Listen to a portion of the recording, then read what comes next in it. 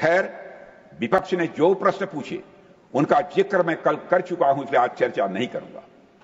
आज मैं एक और बात आपके सामने कहना चाहूंगा कि लोकतंत्र में जनता द्वारा विपक्ष को प्रश्न पूछने के अलावा एक और जिम्मेदारी दी जाती है सभापति महोदय, और वह जिम्मेदारी है, अगर विपक्ष को सत्ता पक्ष की कोई नीति या कार्रवाई अनुचित प्रतीत होती है, पसंद नहीं आती है, तो उसके स्थान पर एक अल्टरनेटिव पॉलिसी या एक्शन प्लान विपक्ष को प्रपोज करना चाहिए।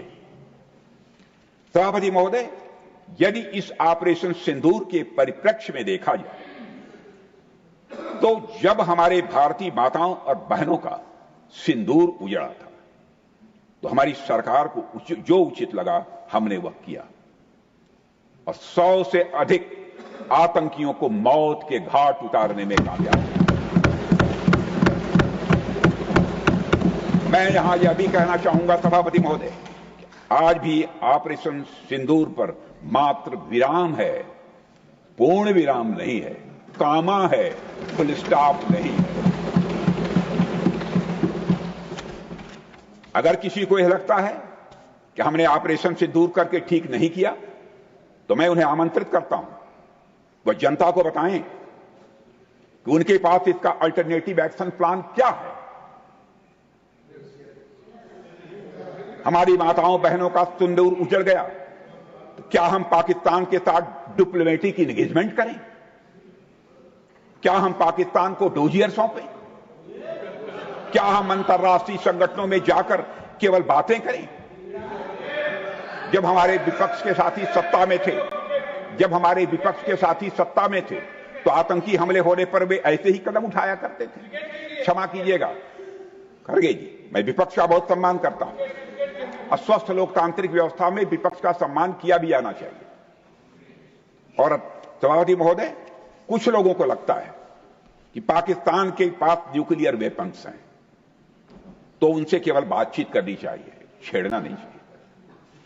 इस न्यूक्लियर ब्लफ के कारण हमने न जाने कितने नागरिकों को खो दिया है सभापति महोदय। हमारा विजन है कि ईंट का जवाब पत्थर से दें।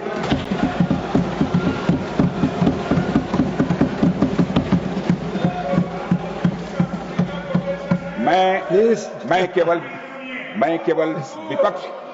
केवल विपक्ष के सम्मानित सदस्यों से ही नहीं, बल्कि सभी सम्मानित सदन के सदस्यों से मैं कहना चाहूंगा, आज नागपंचमी है।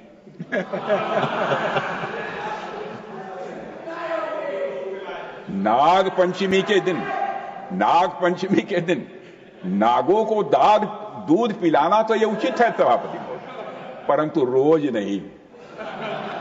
हमारा विजन है कि ऑपरेशन सिंदूर सतत चलता रहे, बीच में इसके विराम भले ही हो सकते हैं, लेकिन पूर्ण विराम कभी नहीं होगा जब तक आतंकवाद का फैलाया जाए।